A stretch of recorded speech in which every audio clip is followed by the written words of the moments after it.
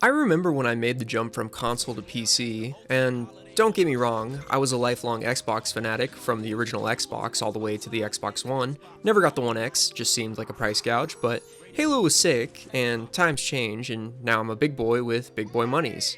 And that means I've had the chance to build the monolith from a space odyssey with glowing lights, and I currently monkey out around it too.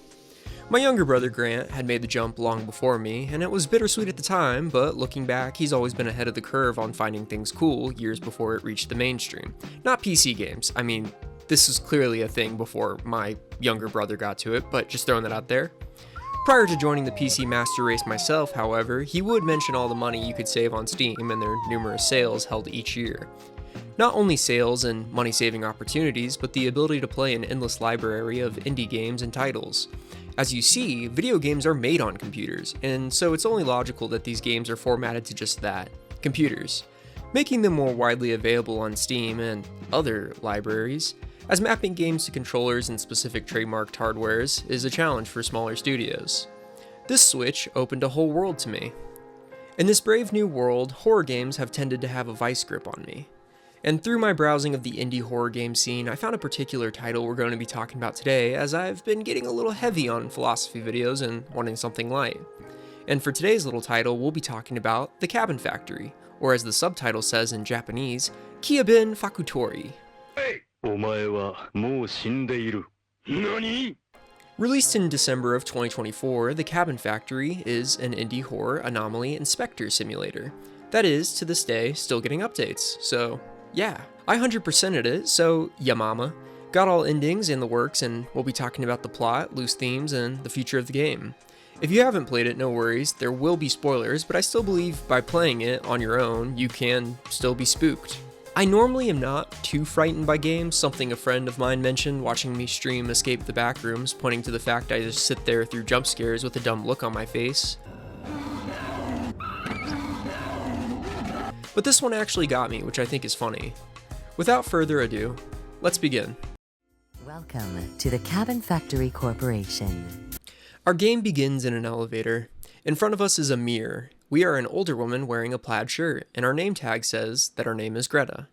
What we know about Greta is that we're old, and we tuck our shirt in without a belt, so a fashion faux pas in my book. And now I'm a Glamazon bitch ready for the runway. A voice comes over the elevator PA system, welcoming us to the Cabin Factory Corporation, whose main goal is producing hyper-realistic horror cabins for movies and theme park industries. But due to some recent legal disputes falsely claiming the cabins are haunted, some work needs to be conducted. Due to this development, the company has decided to bring in a cabin inspector, that being you. Congratulations! It is now company policy to have every cabin inspected, but no worries because, as the voice tells us, 0 causes of serious anomalies have proven to be the corporation's fault. They have great confidence we will inspect each cabin with diligence and thoroughness, and from the whole Cabin Factory Corporation, have a wonderful first day as a cabin inspector.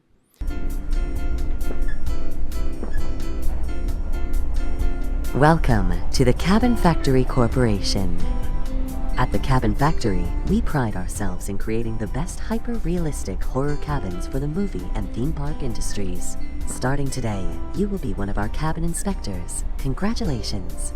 Due to a recent legal dispute that falsely claims some of our cabins are haunted, it's now mandatory to inspect every cabin to ensure the safety of all users. It's important to highlight this claim is untrue and that we have had 0 cases of serious anomalies proven to be the corporation's fault. We're positive you will carry out these inspections thoroughly and professionally. From the whole Cabin Factory Corporation family, have a wonderful first day as a cabin inspector. We take the elevator all the way up to the 8th floor, where the door opens. We are greeted with a dark, spacious area, and in the distance, illuminated by a single light, is some kind of terminal/panel. Walking out into the abyss and approaching the terminal, we are greeted with our inspector instructions. First rule, inspect the whole cabin. If haunted, turn back immediately and press danger, a red button on the left side. If safe, press clear, the green button on the right side. Any movement means the cabin is haunted. If nothing moves, it's not haunted. Fair enough. A sticky note says press shift to run, and above all this are 8 lights systematically numbered 1 through 8. The lights turn on and we find ourselves in a warehouse of sorts. Roughly around airplane hangar size, in the middle of the space, a conveyor belt is present, and this is where our first cabin is brought out. Sliding along the track is the cabin. It stops in front of a staircase where we can enter and begin our inspection. The cabin is a multi-story building with minimal windows, a patio on the front, and the only point of entry and exit. We can't actually walk around the cabin, but only enter it through the front. It's a standard log cabin made of, well, logs, but we've gained all we can from outside and must progress into the belly of the beast. Inside the cabin, we walk into an entryway decorated with furniture from what looks like a frontier age in American history. The lighting dims and takes on the low levels one would expect in an area like this. Further into the cabin, we enter the main bedroom/living room. The notable feature of this space is a portrait of a woman who watches over the cabin from over the fireplace. We turn the corner and see a man, or in this case, a mannequin of a man. We should talk about this real quick. In our analysis, we will have encounters with people who live within the cabin. These are canonically mannequins who are part of these attractions or sets for theme parks and movies, respectively. The male mannequin, who we'll call the father, sits at a table in front of a plate of food and holds a disappointed look of contempt on his face. There is a door adjacent to the table he sits at that we can't currently access for whatever reason. Beyond the table is a staircase that goes up to the second story. Up on the second story is a small attic-like space with a TV set, a chair, and a boy mannequin with a yellow blanket covering his face. And in this chair, a frog-stuffed animal. We head back downstairs as we've pretty much seen the entirety of the cabin without any sign of movement. Heading back to the console, we hit the clear button, where the cabin I just inspected is sent down the assembly line and a light is illuminated on said panel under the number 1. The next cabin is rolled down the conveyor belt and we begin our secondary inspection. I begin to make the runs once again, going through the cabin and heading up the stairs. However, I am nervous, so I do a quick run through and call it good before heading back to the terminal and hitting clear, to which the terminal makes a low buzz sound and wipes my progress. I was wrong. I didn't notice something moving, meaning it was watching me, and I didn't even know, and what's worse is, I sent it out into the world, an actually haunted cabin. Shit. Well, we're new and it's our first day, so I'll cut myself a break and head back in for the third cabin. On this third entry into the cabins, I'm greeted with a voiceover. The voice sounds like a radio announcement stating, "The brutal fire that burned a family alive took place in an isolated cabin in the woods. 2 bodies were found calcinated on Sunday evening. After 3 hikers noticed a huge column of smoke and immediately called 911. When emergency crews arrived just minutes later, the flames were still burning. According to our sources, a family of 4 lived in the cabin, a mother, a father, and 2 children. The police confirmed that the bodies found in the scene belonged to the parents. The 2 children, a 10-year-old little girl and her 6-year-old brother, have not been found in the surrounding areas. The chief of the fire department announced the search operation will continue, and she said she hopes of finding them alive. It's still unclear how the parents got trapped inside their own cabin, but the police has found clues that indicate the fire was intentional, and a criminal investigation is still ongoing. This little voiceover strongly emphasizes that these cabins are based on actual world events, and it's the ghosts of the parents who died in the strange fire that are causing these hauntings. Nevertheless, nothing actually moved, so we progress with our playthrough, giving this one the all clear. We got it right with the chime and subsequent light coming on. Back at 1. Bring in the next cabin. Upon entry, I'm immediately privy to a diorama in the middle of the living room. This replica is a complete recreation of the cabin, and in this recreation are figures moving around, and with a red one moving in real time mimicking your actions. The objective of this encounter is to escape the cabin without running into any of the other figures, or ghosts in this case, represented on the display by blue figures. I do so rather easily and hit the not safe button, racking up our second light out of 8.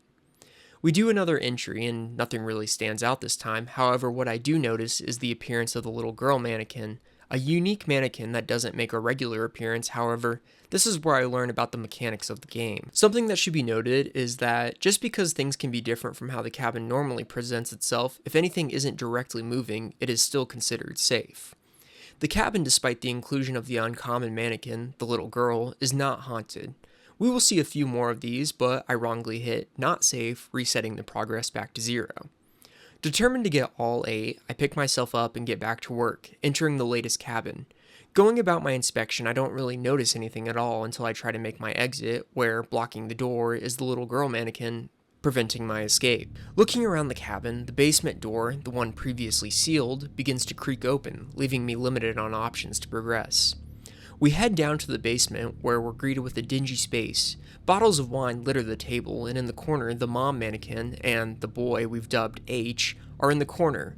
The mom seems to be scorning H and has a possessed face. We enter the basement bathroom, and the mirror shows our appearance is not that of Greta, or the Greta we've come to know, but the little girl mannequin. The bathroom door slams shut. We hear the mom banging on the door, and in the mirror we now see an adult Greta barring entry by pressing her weight against the door. The mom states, "What do you expect to find outside? Absolutely nothing. You want to leave, Greta? That's totally fine, but your brother will stay here, and he will not be happy when he hears. Leave and abandon your poor mother."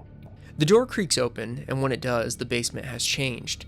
H is no longer present, but the mother is standing staring at the bathroom door. When we exit the bathroom, the mother begins to charge us. As she gets close, our vision begins to fade, but we make it out nonetheless. Exiting the cabin for our lives, we declare this one definitely not safe. From this interaction alone, we learn a lot. We are the same person as the little girl mannequin, who we've now learned is named Greta because, well, we're Greta. This cabin is where we grew up, and these mannequins are our family. There's a mystery to unravel, but we're slowly learning that we may have set the fire and escaped with our younger brother H.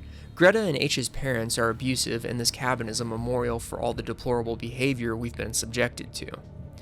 Entering the latest cabins, we get a few clears. Anomalies occur, like stuffed animals taking up the majority of the space. Things move like plates and food flung off the table, but nothing lore-specific happens. One notable occurrence where the mother escapes the painting and chases us down in the living room gives me a real shock, causing our vision to go blurry once again, but we do make it out. I ruin a pretty substantial shriek and then try something new. Prior to entering the cabins, I take random guesses on the terminal trying to have probability work in my favor, but I can never get further than 1 or 2, so back to work we go. I continue to run through the cabins until in one instance, the dad is not at the table but standing outside the window of the living room section, just staring at me. When I exit the cabin, the dad immediately chases me down outside the cabin space, going onto the floor and killing me instantly. That's a new one, as traditionally they've been limited to the confines of the actual inspection area. We respawn in the elevator and get back to work. Cabin after cabin, things move or don't move, but nothing really of note. This is until I enter and the cabin is deserted and darker than usual. There are no mannequins and the lights have been dimmed further than usual as well. Going upstairs, we see H sitting in front of the rotary phone. The phone begins to ring. We hear a voice over from the phone. 911, what's your emergency? I see, sweetie, but I'm sure they still love you. Being a parent can be really hard. Is there anything else I can help you with? Are they there now? Beginning to exit the cabin, the mannequins appear in the flashes of light. Both the father and mother begin to closing the distance between the flashes. We make our escape and declare this cabin most definitely not safe. Entering the next cabin, all seems normal until we make it upstairs once again and begin to hear the crackling of fire from downstairs. Returning downstairs reveals the cabin is alight with flames. Exiting quickly takes us into a remote forest with Greta and H standing outside watching the cabin burn as the mother bangs against the front window. Traveling through the forest, we find another door and make our escape back into the hangar. Definitely not safe. With this little detail added, we can now confirm Greta started the fire all those years ago, taking her younger brother to escape their abusive parents, and in the act of doing so, killed them. After this, I am once again given the cabin where the father is on the outside of the building. I make my escape to the terminal trying to hit the buttons and end the pursuit, but they're gone. Running down the hallway and exiting out the door at the very end, I am now at the hangar with no mannequin chasing me. Going a few more, I encounter a cabin completely flipped upside down. I see a cabin depicting a scene of the parents starving H withholding food, one where Greta is hiding behind the basement door but slams it shut as I walk by. In another, H is seen smiling to himself in the upstairs television set. Eventually though, through trial and error, we progress through 7 lights, and on our last, with bated breath and a conviction not to mess up at the finish line, we explore the last cabin and declare it clear. I won. We won. Balloons drop down. We've done it. I kick the balloons around a little bit and see the hallway we once escaped the father from is open. Making our way through the hallway, I see a good job sign saying it's now time to head home. Making our way through the door, at the very end, it all goes white and we're greeted with the mannequins doing a celebratory dance. When the publisher's credits fade, we find ourselves in a highly rendered apartment. Like, really highly rendered. It's kind of impressive. In the apartment, we see some noticeable pieces of furniture. We learn the boy's name, our brother, is Hans, and see a photo of Greta and Hans as adults sitting on her couch. In her bedroom is the frog we saw him with throughout the game, and the same frog he took during the two's daring escape. After exploring the apartment, we find that the closet has opened, and inside, an ominously familiar layout of a cabin we've become oh so familiar with lays ahead. Before entering, Greta grabs the doors and closes them. Roll credits. After the credits have finished rolling, we find ourselves in the elevator once again, this time with a message written crudely in marker on the mirror where we learned our name. The message states, 19 left. This in hindsight means that there are 19 cabins that we haven't seen or successfully identified. There's still work to be done. We enter the hangar once again, and something that immediately caught my attention was now we have an audience. 2 people on the far side of the hangar are now watching us work. This struck me as very odd. Another new addition is the sticky note with the number 19 added to the terminal that lowers as we progress through the remaining cabins. One by one, we work through the cabins. Nothing lore-wise really sticks out, but as we finish off the remaining cabins, we get a similar ending. Balloons fall from the ceiling, but this time the lights cut out. In the distance, where the 2 onlookers were located, we see the room they're standing in illuminate with blue light, and the 2 are dancing. Eventually, a gold sign in the distance lowers, and the message states, Employee of the Month, before disappearing. Once we get our bearings, we turn around to see Greta surrounded by men in hazmat suits. They approach Greta as we're unable to escape, and the screen goes black as they grab us, leaving us with the text, to be continued. This is the entire story of Cabin Factory so far. But let's do a quick story recap. Greta, who now works at the Cabin Factory Corporation, is tasked as the newest inspector after allegations that the cabins the corporations are producing are actually haunted. Upon further investigation, we learn that Greta is actually living out her own past, and a dark one at that. Growing up in the remote wilderness, Greta and her brother Hans, a clear reference to Hansel and Gretel, were subjects to cruel treatment from their parents. As the treatment continued, Greta even tried to call 911 to no avail, leading to her to take drastic measures in order to save her brother and herself. This leads Greta to setting a fire in the cabin that kills her parents while her and her brother escape. We don't know how Greta came to be the new inspector, but we do know why she was chosen. Only as someone who lived in the very cabin can they detect what's different and what would be moved. The story clearly isn't finished there, but the Cabin Factory Corporation seems to be taking real-world hauntings and ghosts, commercializing the anomalies for financial gain. We never meet grown Hans, and the game is still getting updates, so I'm excited to see the story progress. Currently, there are 25 different variations of Cabin, with 2 endings overall. The last update was on March 10th, 2025, but the developers have announced a big update is on the horizon. The game is currently $3 USD on Steam, which in my opinion is a bit of a steal, and for that price point, I would give it an 8 out of 10 for what it is. It's short, it's sweet, and it's interesting. You definitely won't be bored playing this, and I did go over the cabins I explored in rather brief detail, so there's quite a bit to explore as a first-time player, even after listening to this. With that said, I hope you enjoyed this breakdown. It's a nice break to get away from the philosophy and deep human condition stuff, and I sincerely can't wait to see what happens in the future to this game. If you enjoyed this little synopsis, like, subscribe, and check out my other content. Some of it's like this, some of it's different. And to all of you, I say peace out, and live long and prosper. Thank you.